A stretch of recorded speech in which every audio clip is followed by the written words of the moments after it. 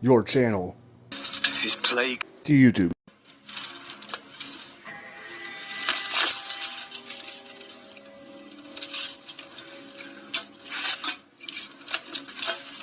Come for me, big dog.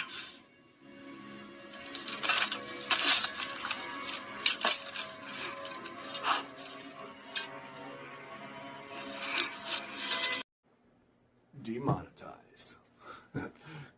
Good evening, good morning, salutations, YouTube, wherever you're at. I've made a couple pre-recorded videos, so you might notice that a lot of things look the same.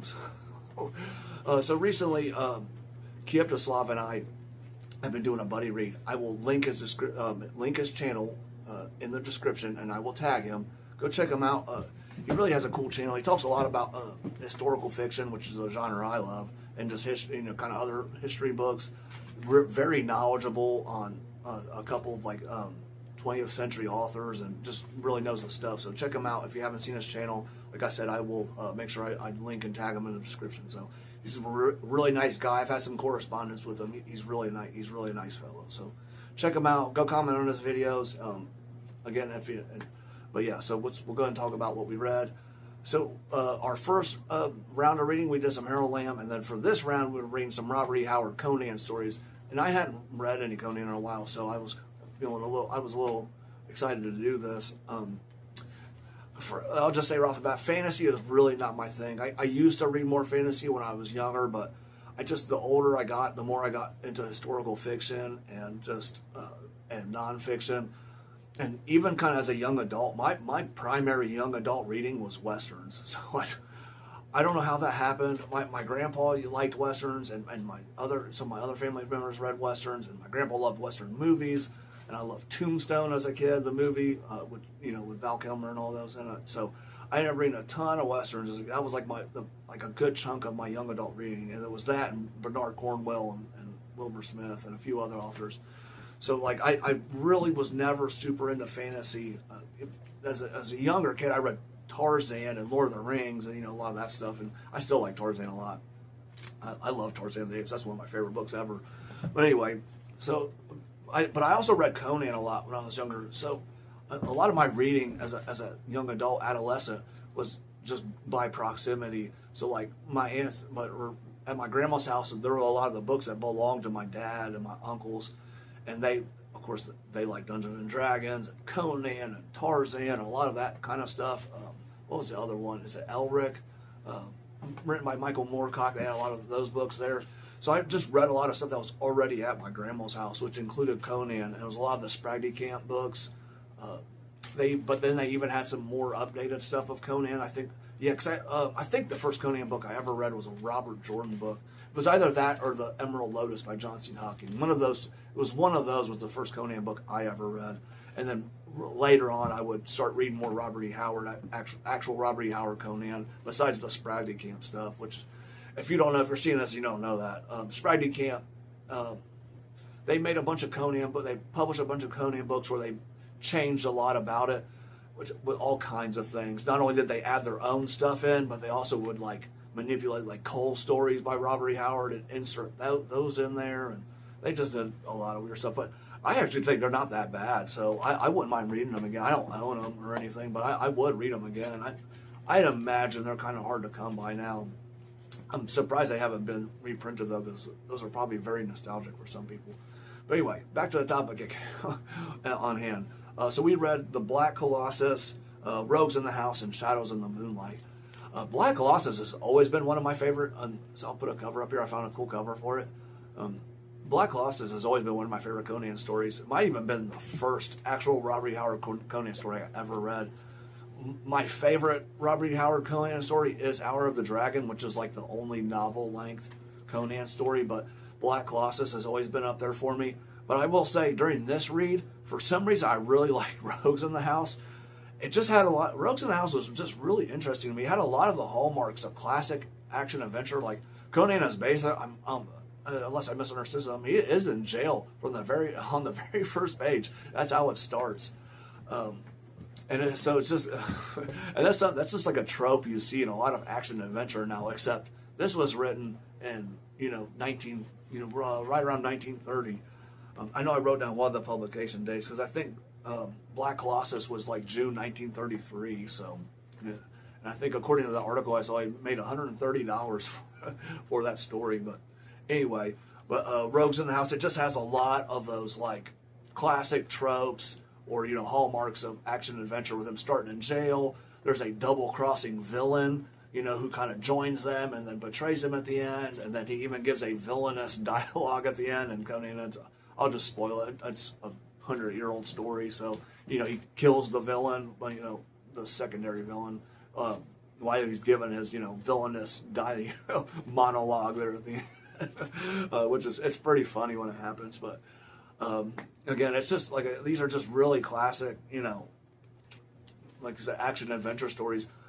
And of course, Black Colossus that's probably one of the most well-known Conan stories there is. So he actually, so Conan actually becomes you know, commander of this army during, you know, in this story, and it's only just by dumb luck. The female character whose name escapes me at the moment is basically given a, you know, kind of is how would you describe that? Or like she's told that she's the next person she's going to run into. She should make the commander of the army, and that ends up being Conan. And so Conan becomes the commander of this army, even though at this point in time he had never really commanded, you know, or, you know, been in control more than just a group, you know, a company of men. And it's quite interesting because this would post-date in actual publication order the original Conan stories, because I think the very first Conan story, which is Phoenix on the Sword, Conan is already king on that. So if you were reading this in real time, I think this would have been really interesting to kind of like see like flashbacks. I need to read like a Robert E. Howard biography at some point, because I'd like to know what his thought process was at the time, because, you know, because he would go on to do this quite a bit, would fill in gaps and stuff, and kind of, he never really wrote any of this. He kind of just wrote it on a whim, however it came to him, which really made a lot of sense to do. I mean, I think that would have been really enjoyable to read in real time. It would have made it really interesting, because you would never know what you were going to get. You're going to get a young Conan, you're going to get King Conan, you're going to get an old Conan. Like anyway, so yeah, it's like Black Colossus, Phoenix on the Sword, the Frost Giant's Daughter. Like those are all like the most well-known Conan stories, and Black Colossus is very good. Like I really enjoy this, and they all read really quickly. Robert E. Howard's pretty good at not using a ton of complicated language. It is a bit of an older style of, you know, of English, but it's not, you know, it's not that different, especially compared to Harold Lamb, because Harold Lamb, that's something I really like about Harold Lamb, and I wish I would have talked about it more in my Harold Lamb video. I'll just cover it again on my next one, but it's a big difference between Harold Lamb and Robert E. Howard's. Harold Lamb does use a very different vocabulary, and he kind of uses a lot kind of older words. But Harold Lamb does what he is like a master at this, because what he does is a lot of these kind of more archaic words he uses are like older English words, and he really uses a lot of words with the prefix be, and I don't mean the verb to be, but I mean like besmirch, bespeak, bespoke. You know, a lot of those kind of words. So I was trying to think of another one, but they just come off. They feel very, despite the fact that they're archaic, you might not see them often. They do feel intuitive to a native English speaker, because those words are often combining words that are in our everyday use. You know, he uses begone, and since those are such frequently, you know, the root words are so commonly used in English. You know, they just feel natural. You know, you don't really need to look it up. Like, you know what it means. Like, even if you haven't seen it in a long time. Like, when I saw Harold Lamb use besmirch, like I didn't have, you know, I knew what it meant. I didn't have to look it up, despite the fact that I never used that word. So, obviously, there's a whole bunch of others, but you know, it's just so it's kind of interesting to see the contrast between them. Obviously, Conan is heavily influenced by Harold Lamb and his writings. He's based a lot on Kilt the Cossack, and you know, Conan's Cimmerian culture is very similar to like Cossack culture, kind of Near East culture. So it's kind of interesting to read these two side by side, because I've never done that before. So really just till recently I haven't read that much Harold Lamb. The only Harold Lamb book material I'd ever read before this recent read was Tamerlane, which I read a couple of years ago, and I just discovered it because I was looking up Tamerlane biographies.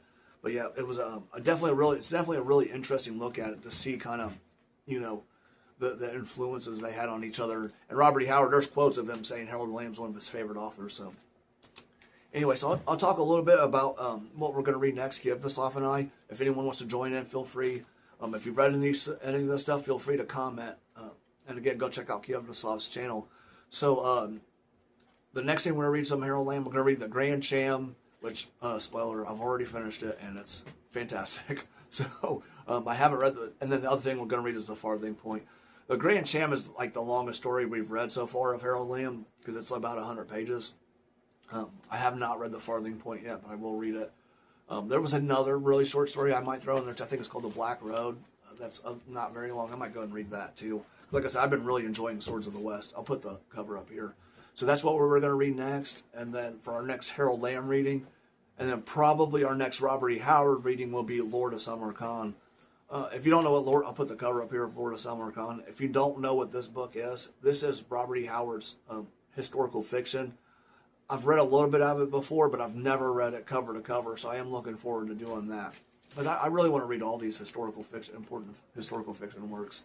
I'm currently reading The Longships, too. On top of all my nonfiction reading, I'm about 150 pages in on The Longships, so I'm going to finish that.